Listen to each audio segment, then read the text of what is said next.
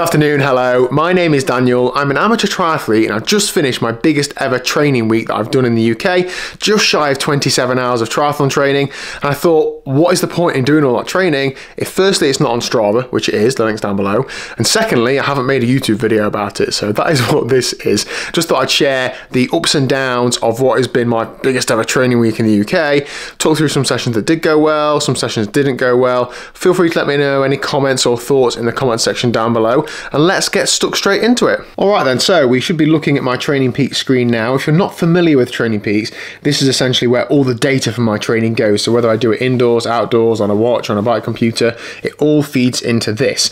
Some other things feed in, so I have my weight across the top. This comes straight from my Garmin index scales, so I just stand on some scales every morning and that feeds in there. I'm not going to make a big deal about weight in this video, but it is useful just to see how your weight fluctuates throughout the week, and my weight is gradually trending down, thank goodness. On the bottom, this daily nutrition plan. So I work with Sam at Total Endurance Nutrition. He provides me with a nutrition plan. I'm by no means holier than thou following a strict diet. However, I am taking some guidance with regard to training and fueling and general diet to try and lose a bit of weight, to be honest. So yeah, there's a good daily guide for this. Now, let's start at the beginning of the week then. So 7:30 a.m. Monday morning, swim. I did this before breakfast. I did this at my local leisure centre. I did this with a pool boy, so it was 2,000 metres. It was just steady swimming, just over 40 minutes, and I felt okay. It was a good swim. I felt, felt fine. I swim with a pool boy to save my legs for the running and the cycling more than anything. It does make me swim with a slightly different stroke, so I don't do it all the time, but I do it some of the time. A bit of context, just coming into this week, I'm feeling pretty okay training-wise. I've been training pretty well for the last few weeks, and the day before this week started, I did do a 7-hour gravel ride, so I was feeling a little bit fatigued, but not a huge amount. I haven't had weeks and weeks of massive volume. It was just perhaps last week it ramped up a little bit. Anyway, back to the lunchtime. So first run session of the week, steady run and 3 times Selston hill efforts. Now that's the place that is near where I live, and the hill efforts take about 2.5 minutes each. So I don't run these flat out because the hill sort of does the work. So I don't need to run really, really hard because gravity does that for me. We can see here that my heart rate spikes and it's about 2 minutes 22, and on the way down is about 2 minutes 50, and again a little bit longer up there, and then that one as well.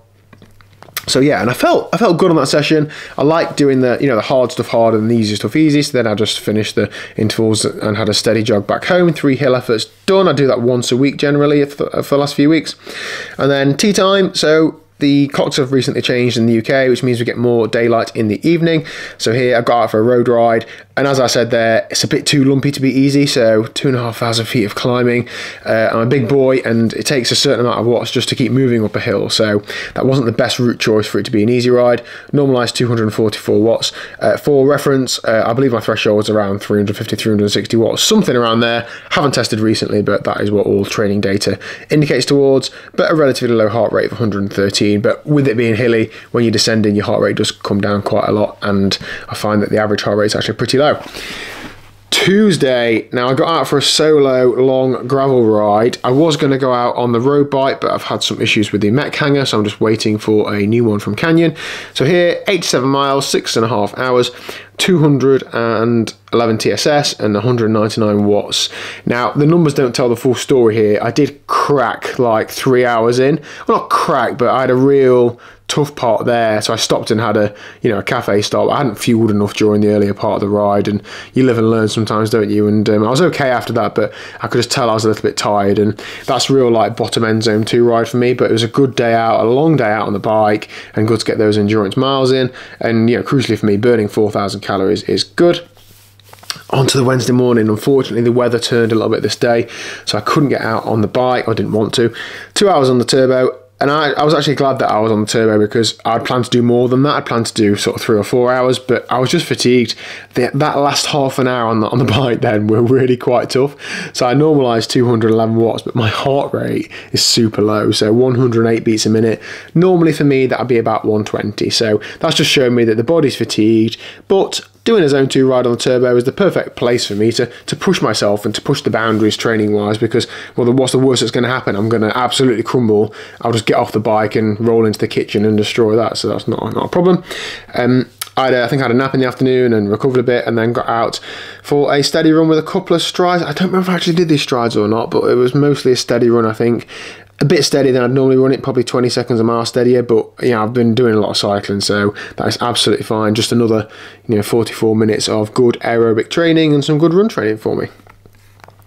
Halfway point through the week onto Thursday, I was unsure how this run session was going to go, so I'm trying to get some intensity in the running especially, even with all this bike volume. I'm not stacking loads of run volume in because I think it does risk injury a bit too much. So when I'm doing run sessions, you'll notice I'm trying to get the quality in. So Monday hills, Wednesday strides, well, I don't think they happen, so steady run. Thursday tempo, so like it actually gets some good value out of it. So 4 times 4 minutes tempo. The average pace was just over 8-minute miling. I did it on a flatter route than normal, so we can see here my first one was on the undulating and a bit uphill, so it was 7.5-minute miling. The second one was 7:15. The third one was 7:12, and the fourth one was 7:07, and if anything that was a little bit uphill as well. It was only 3:45, the last one, because I had to dive into some toilets. I have some toilet issues on the run sometimes, but there you go. But yeah, regardless, I was really happy with that. I was surprisingly happy with that because I thought my legs would be pretty potatoed, but yeah, it was okay. Into the evening, my second swim session of the week. I'm only swimming twice a week at the minute. It's just, I just can't fit it in, or don't make the effort to fit it in.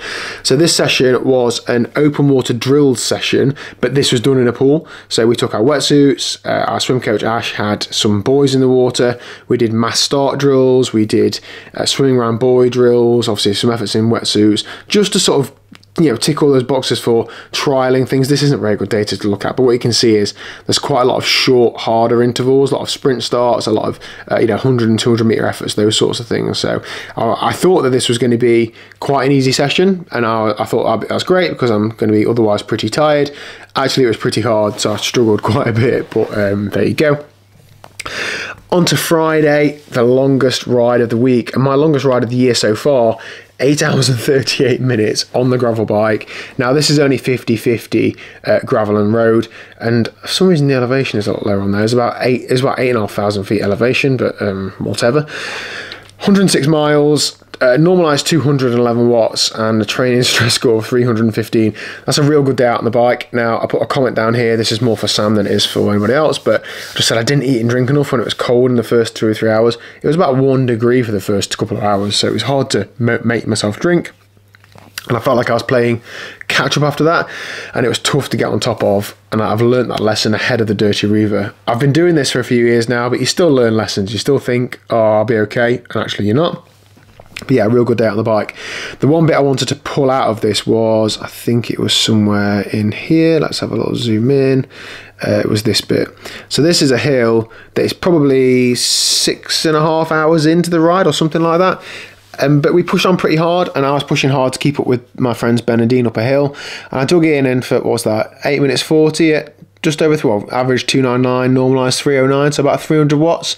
I was really happy with that. Now that power is only around tempo for me, but when you're several hours into a ride and many hours into a big training week, tempo is actually pretty difficult. So I was happy that I'd pulled that out of the bag. I did pay for it later on in the ride, but I didn't absolutely crumble. I just sort of kept ticking on and just kept it in zone 2, and we eventually got back home, and that was a real good workout for me. That we wanted to get a ride like that done ahead of the Dirty Reiver in 2 weeks, and I sort of thought if I can do that after the training week I've had, then I'm absolutely not concerned about getting around.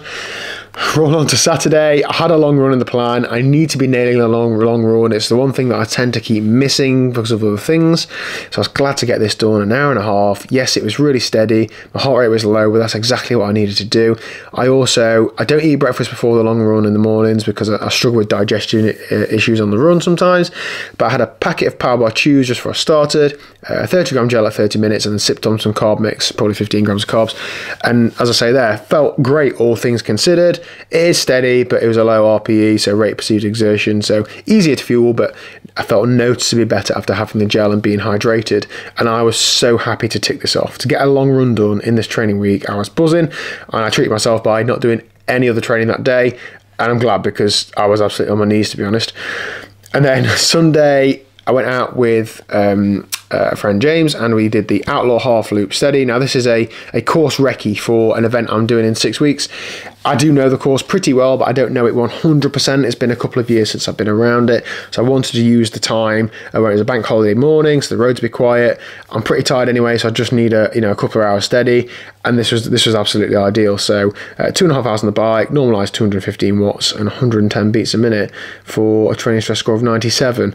And I was really, that serves more than the purpose of just training, wasn't it? That knowledge really helps. And if I'm honest, I was feeling tough. It was feeling tough then. So again, I haven't done any more training that day, and I'm hoping this is going to spur me on for another. I'm going to do another 3 days of hard training. So Monday, Tuesday, Wednesday of this week, I'm going to train hard, and then from Thursday, Friday onwards, I'm going to ease off because I've got a road race on the Sunday. But we will see. I've never done a week this big before, as I've said, in the UK. So if I get up tomorrow morning, which is Monday, and feel really tired, then I will not do any more. But yeah, there we go. Total stats: 26 hours 49 minutes, 1172 training stress score points, just over an hour in the pool, 22 hours on the bike, and 3 hours 41 of running, which was 25.6 miles, and it was 300 miles on the bike. So really happy with that. Using it as motivation to go on forward. This time last year, I did 4 big weeks in April, so I need to do another 2 or 3 that are nowhere, not quite as big as this, but definitely in the mid-teens, and really gain that fitness. So yeah, hopefully that's been useful. Let me know any thoughts or comments, and I'll see you again very soon. Thank you very much for watching.